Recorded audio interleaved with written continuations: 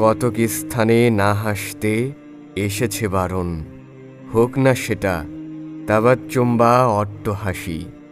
তার মধ্যে প্রথম উল্লেখযোগ্য নামাজ, মনোনিবেশ হোক তোমাতে দিবানিশি।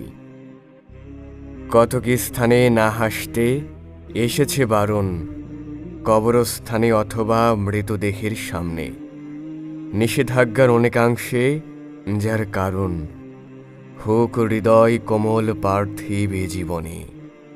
কতক স্থানে না হাসতে এসেছে বারণ, তারই মধ্যে সদা লয়ে সর্বদা প্রার্থনা, কিংবা একই সূত্রে যা ইবাদতের ক্ষেত্রে হয় যেন দৃঢ় প্রত্যয়, ধ্যান ও উপাসনা।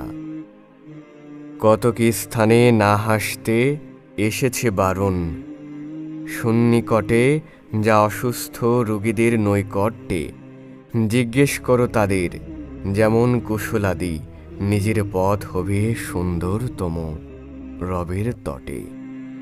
কতক স্থানে না হাসতে হেসেছে বারণ, ব্যঙ্গ করা লয়ে মানব দেহের আকৃতি আল্লাহর বিধানে হও দীক্ষা ও জ্ঞানে পাবে পূর্ণাঙ্গ সমস্ত নিয়মের বিবৃতি।